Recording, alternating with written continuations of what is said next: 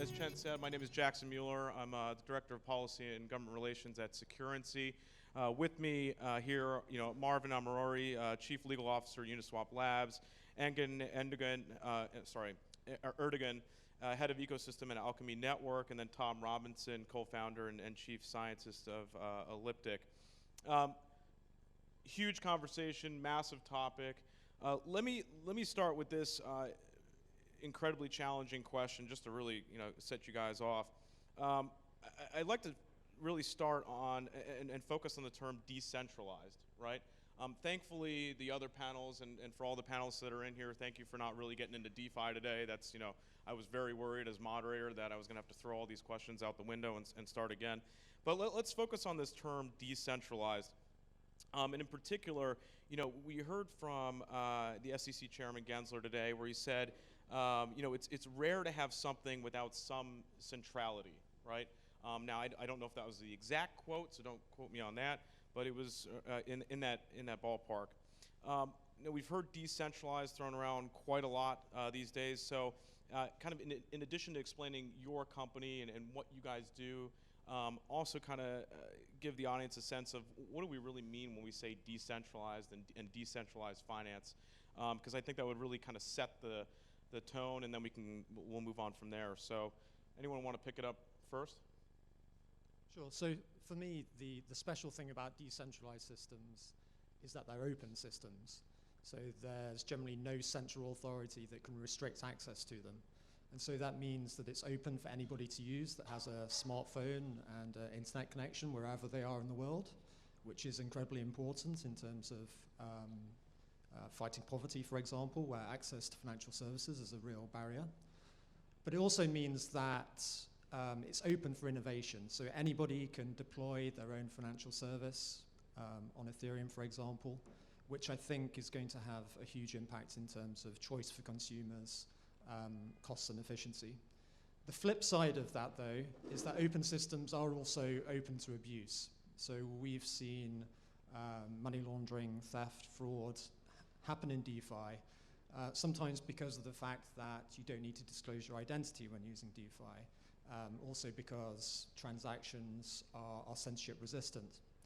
And that's where we come in. So Elliptic provides tools that helps to manage risk when using DeFi. So regulated financial institutions use our tools to identify risky transactions, risky wallets, when using DeFi or crypto assets in general. And I see our role in really helping to break down that barrier between the regulated traditional financial sector and the DeFi ecosystem.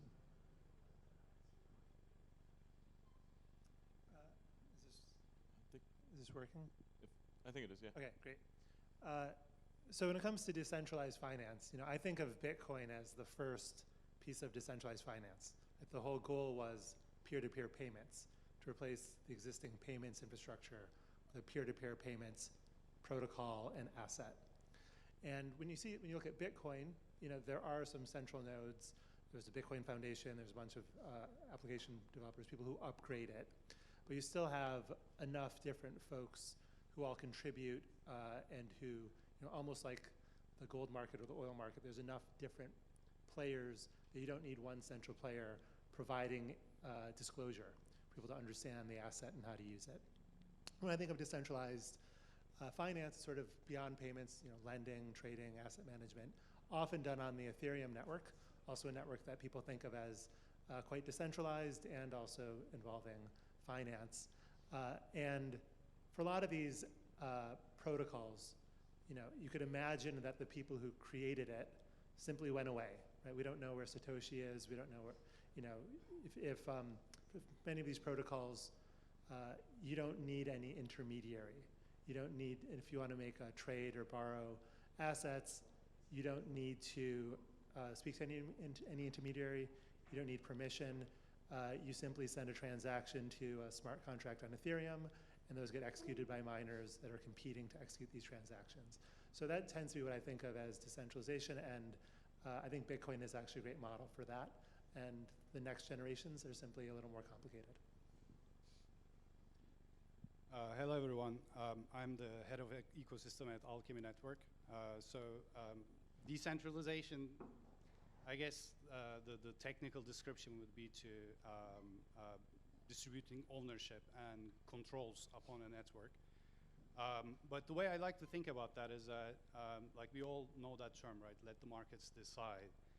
If you think about each of these decentralized platforms as like a market within themselves, I believe decentralization provides a framework for participating in that let the markets decide, right?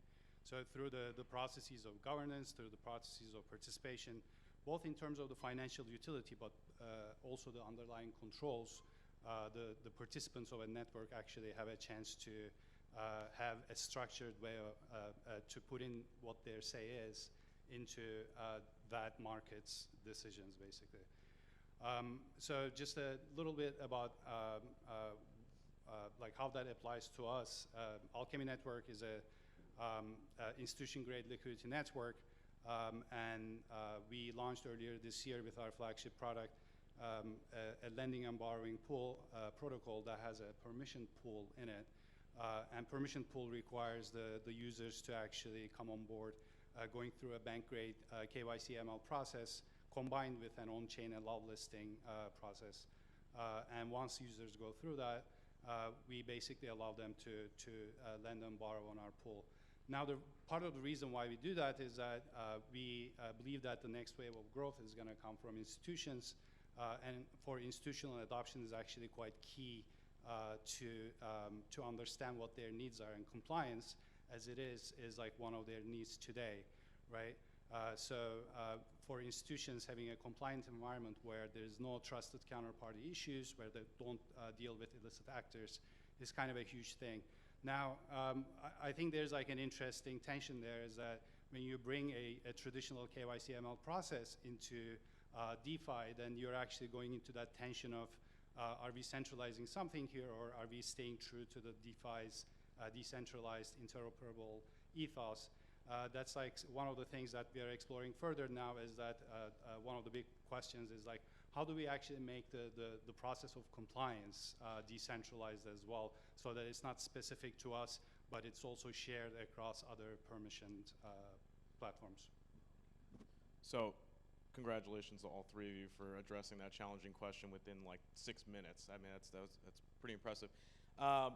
So we've established a bit of a baseline here, but we really need to talk about, you know, where the market is today. And Tom, I'd like to rip apart your recent report. For those who don't know, Elliptic came out with a fantastic report on DeFi. I was trying to read it on Amtrak while I was getting jostled around. But it's a fantastic report, and it has some pretty incredible numbers here.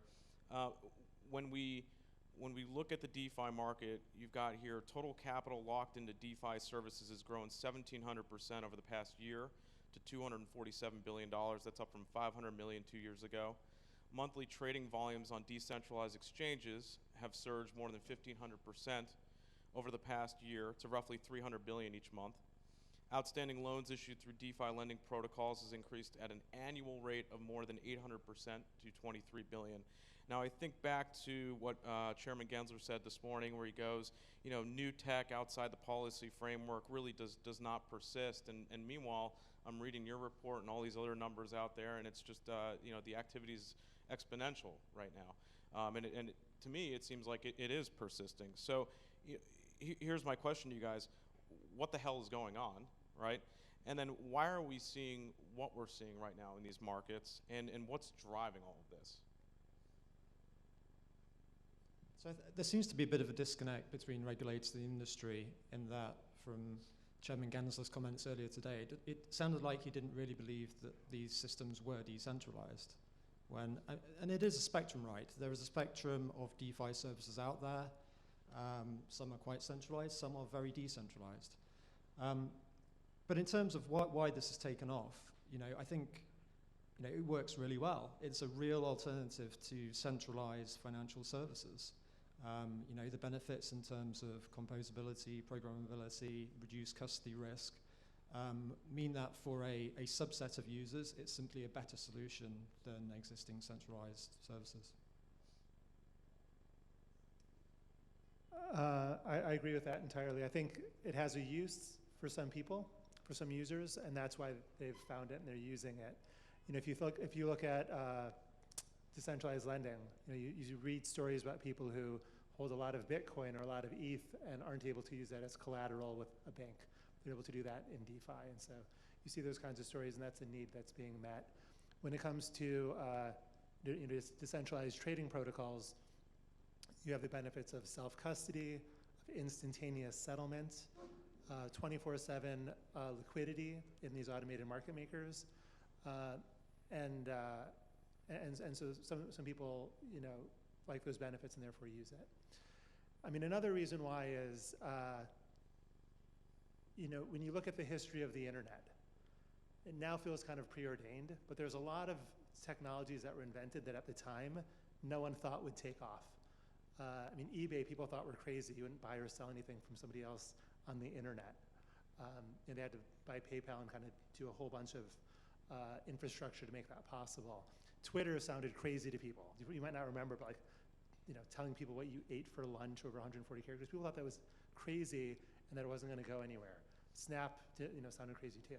And when you look at the literature of innovation that has come out of the internet, the idea is that innovation is very unpredictable, right? I mean, another famous example is when Fred Wilson, one of the best VCs in the world, passed on Airbnb. He thought it was crazy.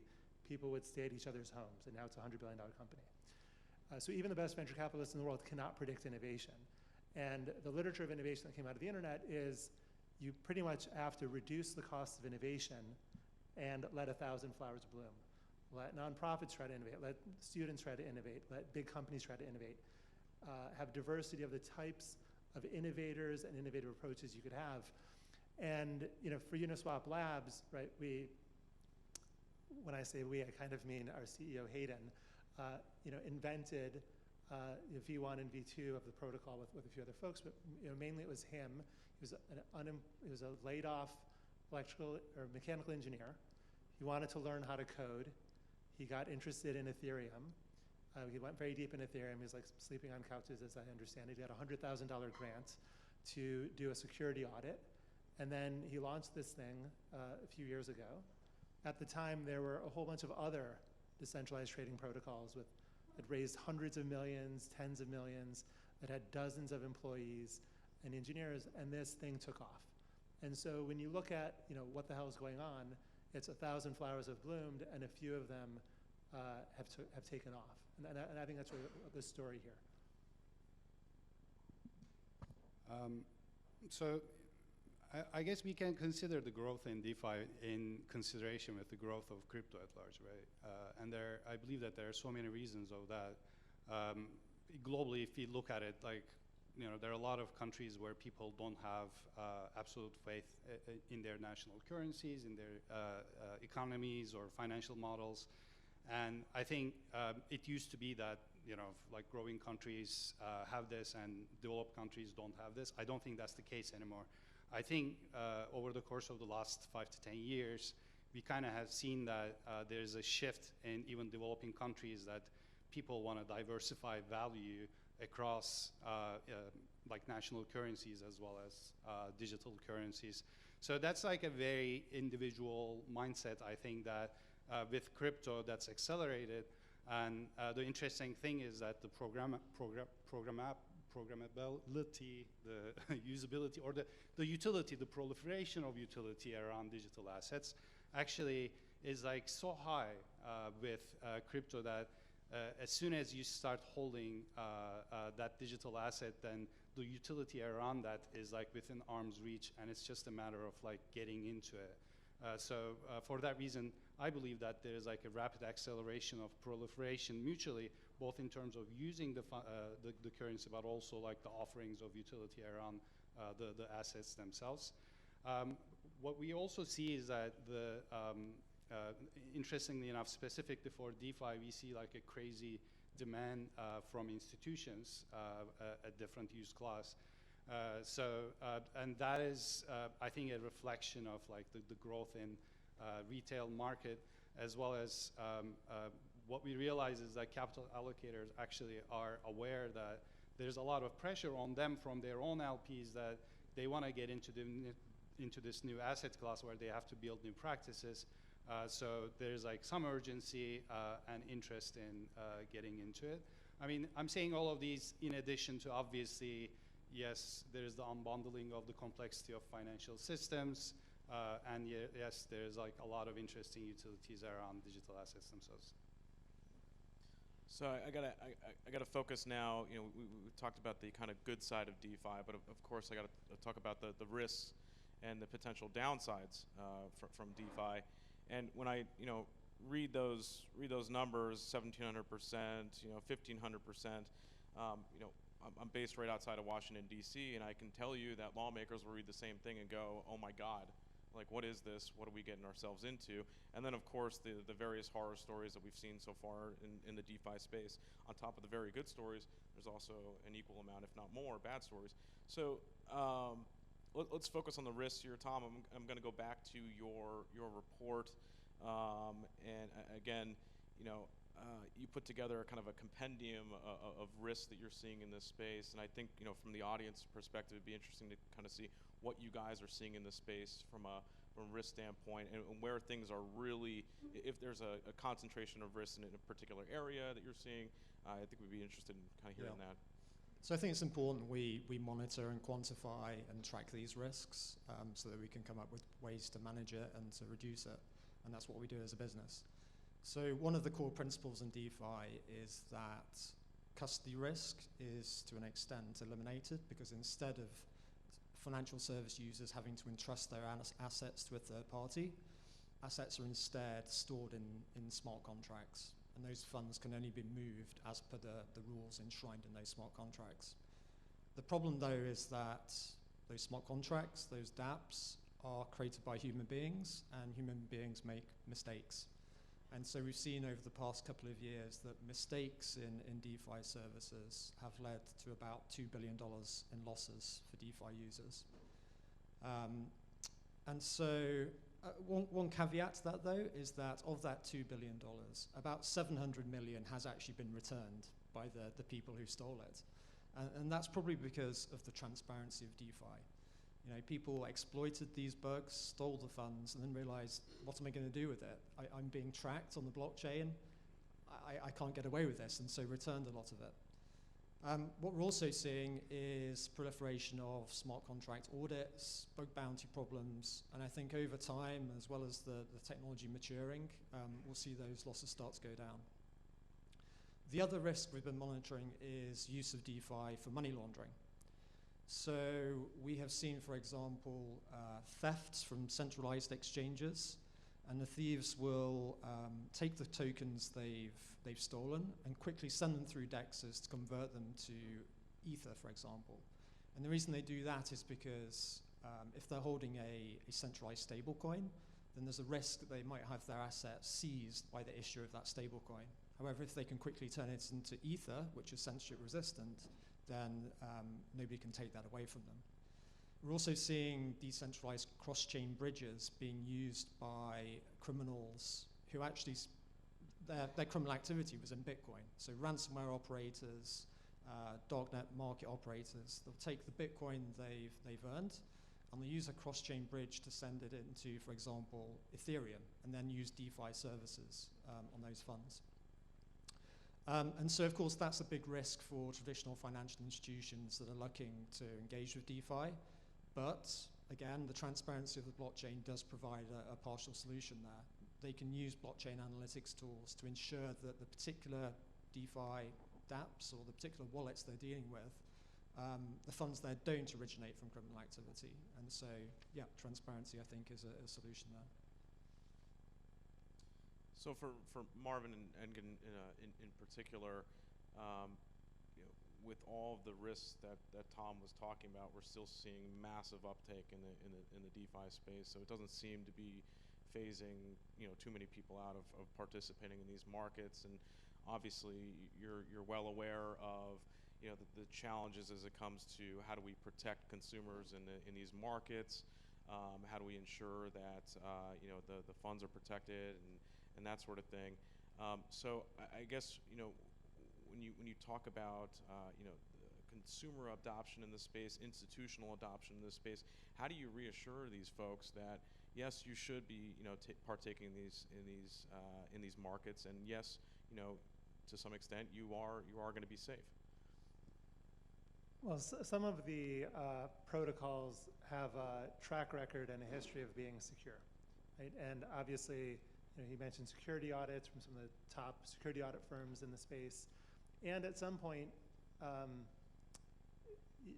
the fact that there are funds locked in these contracts, that itself is a honeypot, right? If you see a lot of money that's been in certain contracts for a long time, you might wonder why hasn't it been hacked in? Often it's because it might be secure, or possibly a vulnerability hasn't been found yet. But I think people gravitate towards those protocols that are the most secure.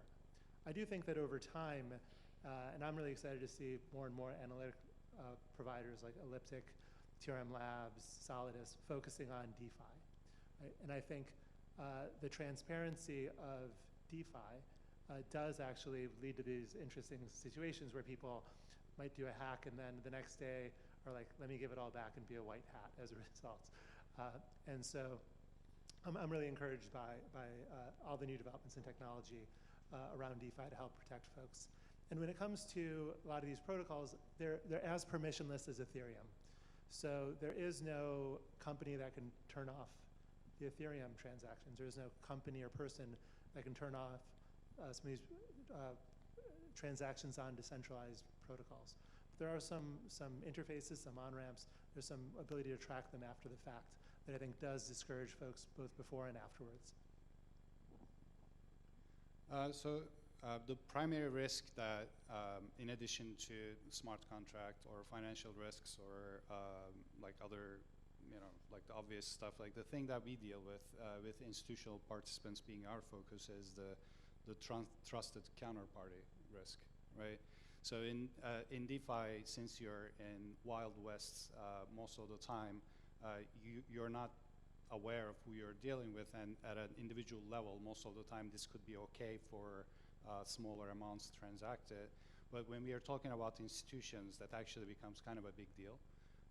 And per the due diligence requirements of the regulations that the institutions are currently subject to, what we do is that we, as I mentioned, we have work with like a constellation of partners for compliance, for regulation technology, for law firms to actually mitigate the compliance risk for institutions so that they know that they're dealing with people who went through a similar diligence that fits into their compliance frameworks. So that is like one thing that that we do actively. The other thing is that we see the institutions getting into space again is that there's not enough resource for technical development in the space. And what we do, what we see is that all institutions coming into space actually have to establish a new practice in their firms to actually run the DeFi operations or crypto operations. And for that, they actually have to hire folks, right? So what they end up doing is that they set up their new departments, their new heads, and there are a lot of people who are actually struggling with like sourcing their teams with the right type of talent that run the operations. And since we are talking about large amounts, small mistakes or lack of experience can actually translate into massive risk there. So those are like the two things that I can think of. There's like one other thing that I'll quickly mention is that maybe this is less of a risk, but more of related to risk as an opportunity cost is staying passive for waiting for regulations to come, either result in crazy risk taking or overcorrection. So balancing these two and finding the right balance of like, how do you actually maybe like get in a proactive state instead of waiting for regulators to come with like a technological solution that matches your protocol solution. How do you actually get into a proactive state and start picking up the slack and essentially offering your own solutions for the same intent the regulators are trying to come onto you? I think that's like the other thing that I would maybe part risk, part opportunity cost. So living in DC, focusing on lawmaker scrutiny of several emerging technologies and bank regulators in particular, have focused on cloud technology in particular and concentration risk and that sort of thing. And so when I look into this space and DeFi activity and the fact that 70% of this activity is taking place on Ethereum alone, should I be concerned? Should regulators be concerned about the concentration of this activity on the Ethereum network, or is the fact that a number of DeFi apps and they're using other networks, is that a good thing? Should we be concerned about this concentration risk on the Ethereum network? I mean, I don't believe so. Ethereum is not an island. I mean, the beauty of this new financial system is that it's interconnected, and as Tom was mentioning, there are bridges built into comparable emergent chains, which all come with their own moats, and it's a relatively democratic environment in terms of the offering of the technology itself. And with the emergent bridges, the liquidity is actually able to flow freely across chains now. So I don't think that there's a concentration risk necessarily. I agree. A story that's often told is in the early days of Twitter, they had this open API and anyone could build all these different applications to access Twitter and send tweets. And at some point, Twitter decided, hey, we're going to take all that activity in-house, and they turned off the API, and all these businesses that had been funded and built on it kind of went away. And Chris Dixon at Andreessen Horowitz refers to blockchains as software that can make commitments. Right? Ethereum has kind of made a commitment that it won't turn off, in software, that it won't turn off the API after it reaches 70 or 80% concentration, right?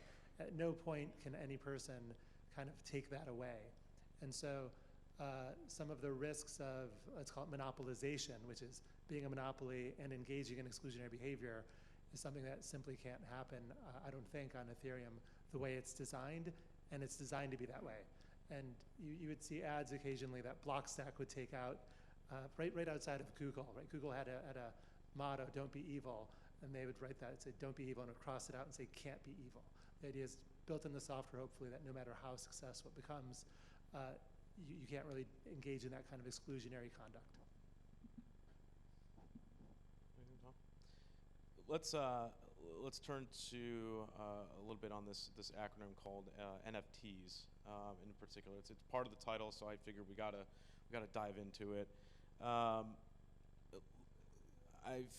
Obviously we've heard of the $69 million JPEG. We're hearing about people's interest in pictures of bored apes. What the hell is going on here, right?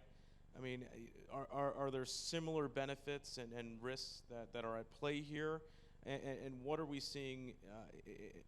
Is there more to this that needs to be considered?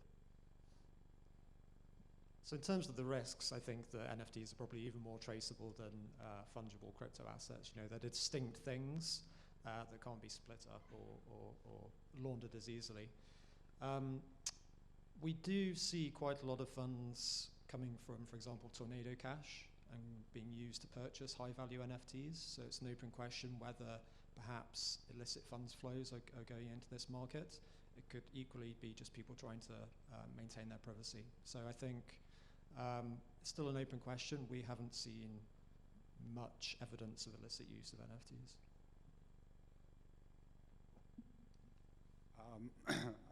I'm not very well informed about the NFT market, so I can't say for sure, but based on my understanding... You haven't bought a Bored Ape or anything like that?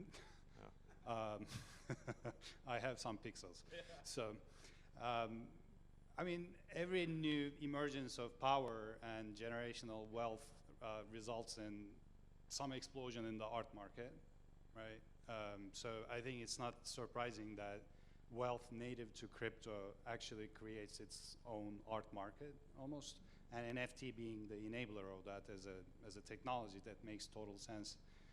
I think it's also interesting to see that it's not only just making use of wealth, but also enabling artists that are otherwise maybe not empowered as much. So it's empowering that art world in very rapid, short cycles. I think that's part of the interesting part of it now is that like every artist and a lot of designers I know are working on creating new things that may actually be of value to asset holders. Yeah, the way you ask that question and the way a lot of us think about NFTs, like, wow, this is weird, right? Reminded me of Crypto Dad's story about, respecting the next generation and what they're interested in. But I remember when, I don't know, in third or fourth grade, you learned that some Van Gogh painting sold for millions of dollars. And you were like, but I have paint right here and I have paper right here. Why would someone pay millions of dollars for something that could cost about $20 to make? And the art market is this peculiar thing where you buy these things you like and it kind of shows people that you're wealthy and you have this affinity. And I think with everything becoming digital and the next generation just being completely digitally native, the way you essentially communicate what art used to communicate is digitally, and the way to do that is through NFTs. So I think that's what's going on. We'll see if it sticks, but I imagine it will. So should I convince my kids to draw some artwork and NFT it in the hopes that I don't have to work anymore? Is that, should I? My earlier answer about letting 1,000 flowers bloom, I would say you should go ahead and try it. All right, let's touch on a much larger topic, and it's one that I think a lot of folks in the DeFi community and just general community are interested in, and that's the kind of regulation and regulatory approach to DeFi. And in particular, I think I really want to focus on this word perimeter. We heard it today. I've heard it in the past in various testimonies on the Hill and also through statements. We heard from Chairman Gensler today about ensuring that this is within the public policy framework. I got to be honest with you. Given the level of growth and where the DeFi market is right now, and the fact that this market is still persisting despite being outside of the regulatory framework, are we already too late in bringing this market within the public policy framework, whatever that looks like, right? I think that's a $1 trillion question. And in addition to that, do we need to reimagine what this perimeter should look like? And how do we do it in a way that really maximizes the benefits of DeFi, but also ensures that we're adhering to the mission statements and the visions of the various agencies, whether it be in the US or around the world? So it's a loaded question, so good luck. Yeah. So I guess I've focused a bit on the misuse of DeFi and some of the losses that DeFi users have suffered. I think it's probably quite easy to latch onto that and obsess over that and not think about the benefits of DeFi. I think DeFi is going to be a huge wealth creator, and that needs to be balanced against the relatively low level of risk that's currently present in the DeFi market.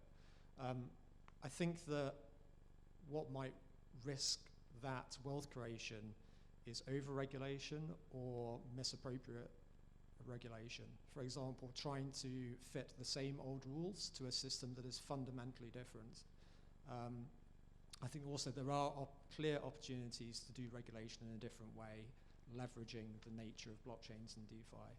Can we make some of the compliance processes that are currently done by businesses part of the smart contract functionality of it, for instance? So yes, I am a huge believer in DeFi. I would hate to see inappropriate regulation threaten its potential. So let me just ask, on top of that, we heard from the chairman today talk about, similar activity, similar regulation. Is that just not a possibility for, these new, markets? So is that to me? I mean, anyone, but I'm coming back to you, and then we can go beyond that. Similar activity, but very different infrastructure, very different roles played by participants. I think we should think of decentralized application like machines that people use to achieve certain outcomes. And maybe it should be different participants that bear the regulatory burden. I think I wouldn't get too hung up on what was it called? Similar activity, similar regulation.